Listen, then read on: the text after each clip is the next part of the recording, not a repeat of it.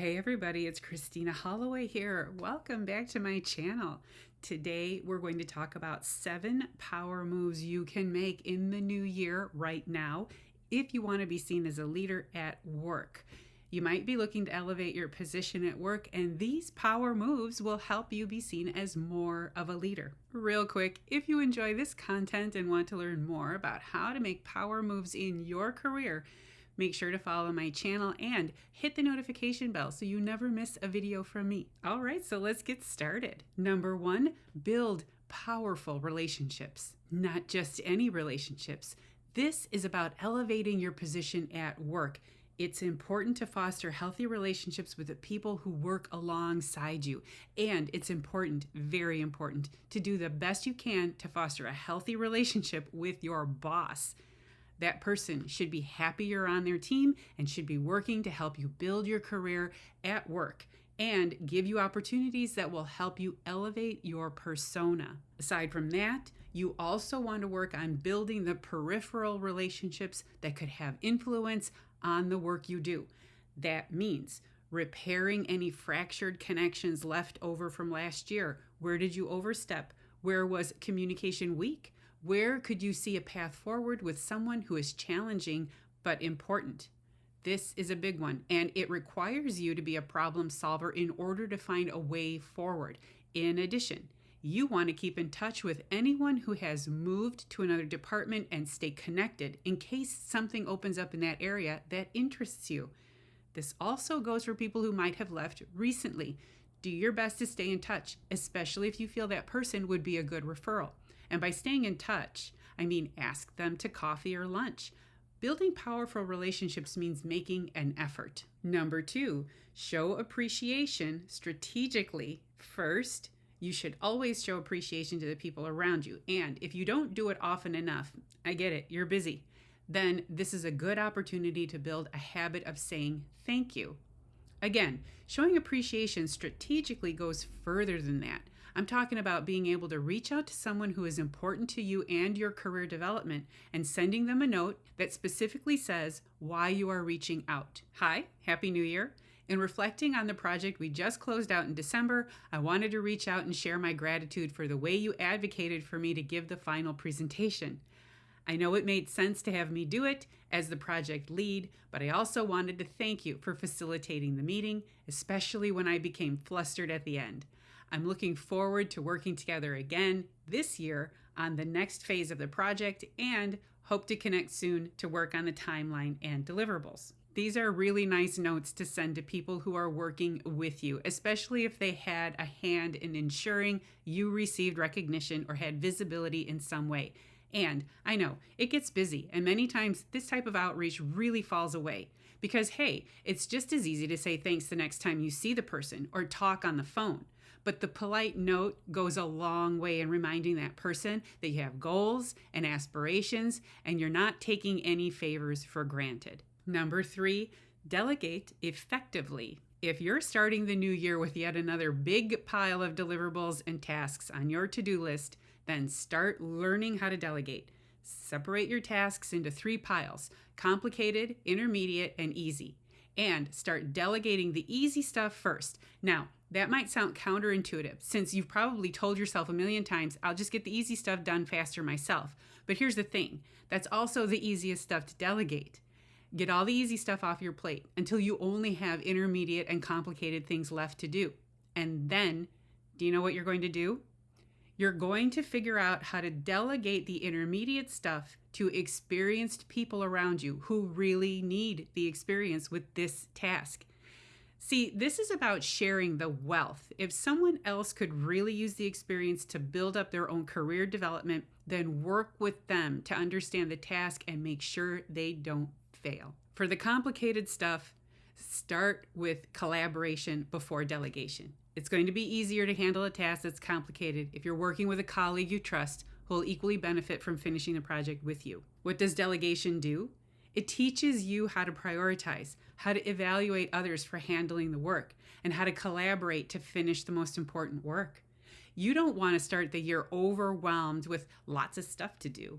but you do want to start the year with really important things to accomplish. Number 4, set clear goals. Figure out something you want to accomplish this year and then build an approach that's going to help you achieve it. So for example, I work with quite a few people who want to get promoted, and they'll reach out in January and they'll tell me, Christina, I want to get promoted this year. Terrific. Then we build a plan to make sure that happens. Now, not everyone wants a promotion. You could have a goal to get a specialized certification that requires a lot of time doing prep work or getting credits to apply toward that certification. You could decide you want to get your degree or a master's degree and you'd like the company to pay for it. You may even set a goal of winning a prestigious industry award and you need people to advocate for you or nominate you. All of this is going to require that you develop a plan and a timeline. Also, studies show that the more detailed you go into preparing for your goal and working towards it with a clearly defined path, the more likely you are to complete it or come very close to accomplishing it by the end of that year. Go ahead and set a goal for yourself and then build out an approach to see how realistic it is. Keep working on it until you find a path that looks doable. The more prepared you are, the less likely you will be to let setbacks derail you. Number 5, maintain a positive attitude. If you've developed a habit of complaining about the mundane stuff that keeps aggravating you, maybe because others do it, or because it's a way for you to find connection with those around you, then the new year is a great time to reset your communication habits. Here's how. Ask yourself how you find commonality with the people around you. If you notice that the commonality is about complaining about people, projects, or decision making, then it's time for a reset. Because honestly, it's really easy to get caught up in a complaining communication habit. Once someone starts with it, it's easy to use it as a way to build likeness. Oh, you're struggling with this? Yeah, I'm struggling with this too. Hey, let's talk more about how we're struggling together. Don't go out of your way to spend time with people who complain to communicate, and make sure you stay solution focused. You don't have time to talk about problems because you're too busy solving bigger problems that matter. With that, stay positive. Being solution focused helps with positivity. Now, you don't want to have toxic positivity. Well, we've just filed for bankruptcy, but I'm sure everything's going to be great in the end. A positive attitude is important in ensuring that people feel supported, that you're realistic when things go bad, and that you're able to see the value in lessons learned. Stay positive about your own learning curve and share positivity as your communication habit. Thanks for doing a good job. This was tough, but at least we finished with some great feedback. That sounds challenging, but it looks like you have some great leads to find a suitable solution yourself. Now that this project's over, we have some wins to celebrate. Number 6, illustrate and expect accountability. Accountability means you can stand behind your decisions. With that said, don't make risky decisions or try something unproven that could backfire on you. You want to be able to defend your decisions, stand up for your team if they're working really hard, and take responsibility when things go wrong.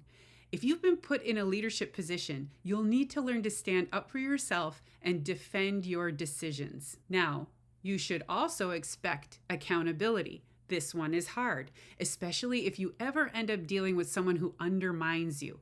If you run into this situation, start setting up boundaries fast. The sooner you start setting boundaries and start talking directly with the person who thinks they can throw you under the bus to save themselves, the less likely they will be to impact your reputation. Also, the more higher ups see you as reliable and accountable for your work, then the less likely they'll be to believe someone who tries to blame you for their mistakes. Make sure people see you as being accountable, but also expecting accountability. This is part of your professional brand. Make sure it's visible and consistent. Number 7, lead with integrity. This is similar to accountability in that it's part of your professional brand. If you've spent time working on shaping how you want to be seen in the workplace, not only by higher-ups and decision makers, but also by peers and colleagues, then the two biggest areas are accountability and integrity. If you have some work to do with your integrity, then start here. No more office gossip. No more covering up for other people's mistakes.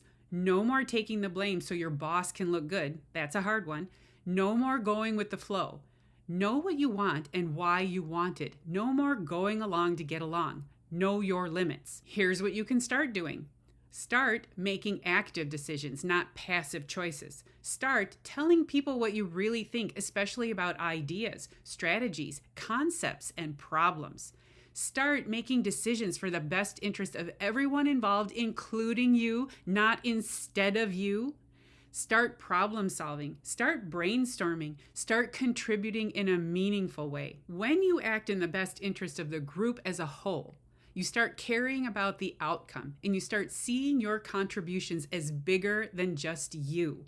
And if you don't work in that environment, or you have no desire to start being that person at your current job, then I guess we all know what one of your biggest goals for the year is going to be.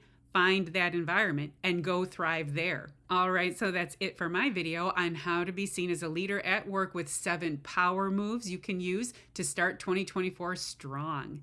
If you have some examples of power moves you've used to start the new year strong, feel free to share them in the comments below. I would love to hear about them. And if you enjoyed watching this video and you found it helpful, please make sure to give it a big thumbs up by hitting that like button and make sure you're subscribed to my channel so you never miss another video from me. Thank you for watching, and I'll see you in the next video.